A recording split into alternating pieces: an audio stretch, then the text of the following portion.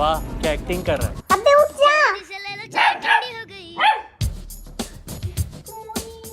50 रुपए काटूंगा एक्टिंग के।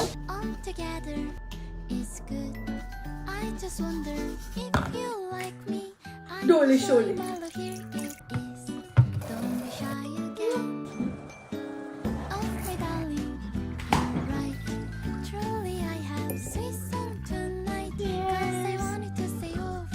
मजा आ गया। हेलो एवरीवन, नमस्ते and welcome back to my channel. आज मेरा थोबड़ा इतना एक्स्ट्रा चिकना क्यों लग रहा है? अभी मुझे पता है कि आप क्या सोच रहे हैं। आप ये सोच रहे हैं कि दीदी फाइनली आपको याद आ गया कि आपका यूट्यूब चैनल है। अब मैं आपको क्या बताऊं। आई एम सो सॉरी कि मैं इतने दिनों बाद में एक वीडियो अपलोड कर रही हूँ। अगर मैं मेरी दिल की बात शेयर करूँ ना, तो पिछले कुछ हफ्तों से मैं काफी सैड और लोनली फील कर रही थी। मुझे मेरी फैमिली की याद आ रही थी, मुझे इंडिया की याद आ रही थी, तो उसकी वजह से मेरी एनर्जी काफी लो थी और मैं ज्यादा कुछ वीडियो अपलोड नहीं कर पाई। लेकिन now I am feeling better और इसके बाद में मैं जो वीडियोस अपलोड करूंगी ना, वो थोड़े रेगुलरली अपलोड करूंगी। तो थैंक यू सो मच मेरा वेट करने के लिए and I love you guys. I love you love you love you love you. अभी हम सैड बातें नहीं करते हैं और जो आज का वीडियो ना, वो होने वाला है हाउस टूर वीडियो। इस वीडियो के एंड में मैं आपको पूरे डिटेल बताऊंगी इस घर के बारे में कि मैंने इसको कितने में लिया। टेक्निकली मैंने थंबनेल में लिखा है कि 1 करोड़ का है, लेकिन प्रैक्टिकली मैं इस घर में फ्री फंडे में रह रही हूँ और मैं कैसे रह रही हूँ वो आपको वीडियो के एंड में बताऊंगी। और वीडियो के एंड में भी मैं आपको बताऊंगी कि मैंने घर चेंज क्यों करा, मैं ख्वांगजू वापस क्यों आई। और ये हाउस टूर वीडियो स्टार्ट करने से पहले मैं आपको दिल से थैंक यू बोलना चाहती हूँ, क्योंकि अगर आप नहीं होते ना, आपका प्यार और सपोर्ट नहीं होता ना, तो आज मैं यहाँ पर नहीं होती। और अभी हम ये हाउस टूर वीडियो स्टार्ट करते हैं। सो गाइस, ये रहा एंट्रेंस और एक्चुअली मैंने एक चेयर ऑर्डर करी थी जो कि है ये वाली, और वो अभी अभी डिलीवर हुई है। सो ये रही घंटी और यहाँ पर रहा कैमरा। जो कोरियन घर होते हैं ना, उनके अंदर घुसने के लिए आपको चाबी की जरूरत नहीं होती। मोस्टली यहाँ पर गेट के सामने पिन कोड होता है। मेरा वाला टच स्क्रीन है, तो यहाँ पर आप एक पासवर्ड लगा सकते हो और उसके बाद में आप अंदर घुस सकते हो। सो अभी मैं मेरा पिन कोड लगा रही हूँ, जो कि मैं आपको नहीं बता सकती, सीक्रेट है गाइस। सो तदान, ये रहा एंट्रेंस और वहाँ पर रहा मोमो। Come out. हाय मामा। अभी प्रॉपर्ली घर प्रवेश करने से पहले जो बाहर कुर्सी मैंने ऑर्डर करी थी ना, उसको हम अंदर लेके आते हैं और वहां पर जो कि है मेरी किचन, वहां पर उसको सेट करते हैं।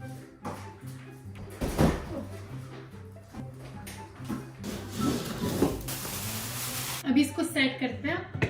गाइस मैं आपको क्या बताऊं, मेरा पिछवाड़ा तरस गया था एक कुर्सी पर बैठने के लिए। This feels so good. यही मेरी टेबल और यहाँ पर रही कुछ कोरियन की किताबें, क्योंकि मैं इन दिनों जो कोरियन ऑनलाइन क्लासेस है ना, वो ले रही हूँ। और कोरियन से मुझे याद आया कि जो आज का वीडियो है ना, वो स्पॉन्सर्ड बाय डुओलिंगो। अगर आप दीदी के बहुत बड़े भक्त हैं ना, तो आपको पता होगा कि जब मैं स्टार्टिंग में कोरिया में आई थी ना 4 साल पहले, तो मुझे कोरिया के बारे में ABCD कुछ भी पता नहीं थी। सो एक्चुअली कोरियन सीखने के लिए मैंने लगभग 9 महीने या 1 साल तक कोरियन यूनिवर्सिटी ज्वाइन करी थी। लेकिन वो ज्वाइन करने से पहले मैंने अपने आप से कुछ कोरियन सीखी थी। सो बेसिकली मैंने बहुत सोचा कि मैं कैसे कोरियन फ्री में सीख सकती हूँ, और मैंने डाउनलोड करा डुओलिंगो। और इस ऐप की सबसे अच्छी बात यह है कि आप फ्री फंडे में एक लैंग्वेज सीख सकते हैं। ये ऐप बहुत ही ईजी इस्तेमाल करने के लिए और एक नई लैंग्वेज फन तरीके से, गेम की तरीके से लर्न करने के लिए। सो ये रही वो ऐप। सो जैसे कि आप देख सकते हैं, मैं इसको 2020 से इस्तेमाल कर रही हूँ। This one is letter G।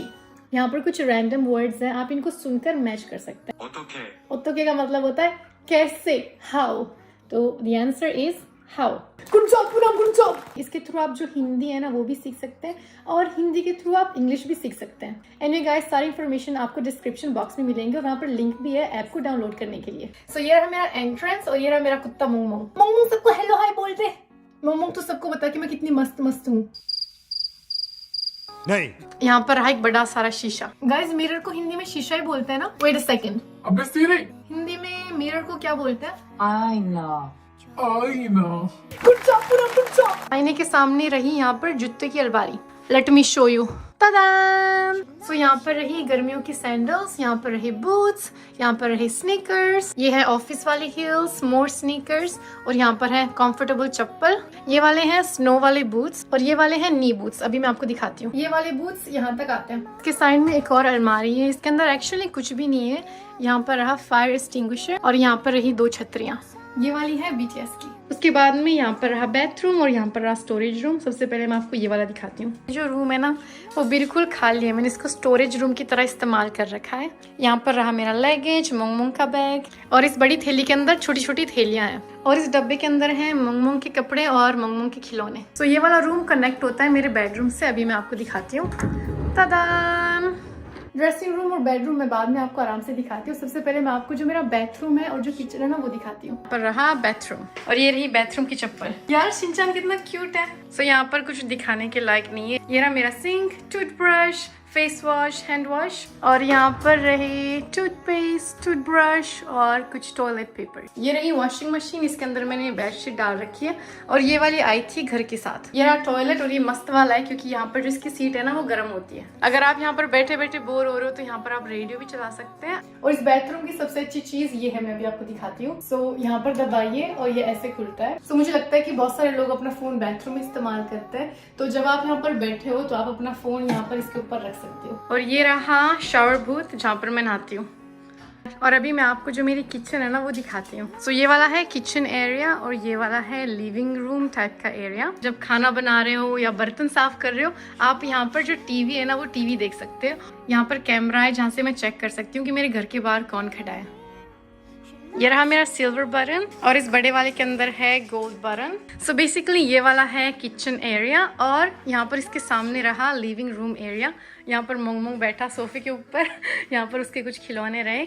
यहाँ पर है मोंग का खाना, और यहाँ पर है मोंग का पानी। जब ये खाना खत्म हो जाता है ना तो इसके अंदर और भी खाना है वो ऑटोमेटिकली निकल जाता है। और यहाँ पर रहा पानी का झरना, फ्रेश पानी निकलता रहता है। टीवी, और ये वाला है मोमो का बाथरूम। और अभी मैं आपको जो मेरा बेडरूम है ना वो दिखाती हूँ। सो ये रहा मेरा बेड, यहाँ पर है मोमो के कुछ और खिलौने, यहाँ पर रहा मोंग, और बेड के बिल्कुल सामने रही एक बड़ी सारी खिड़की। बेड के सामने यहाँ पर रही एक बड़ी सारी अलमारी। इस अलमारी में आपको मिलेंगी बहुत सारी स्वेटर्स।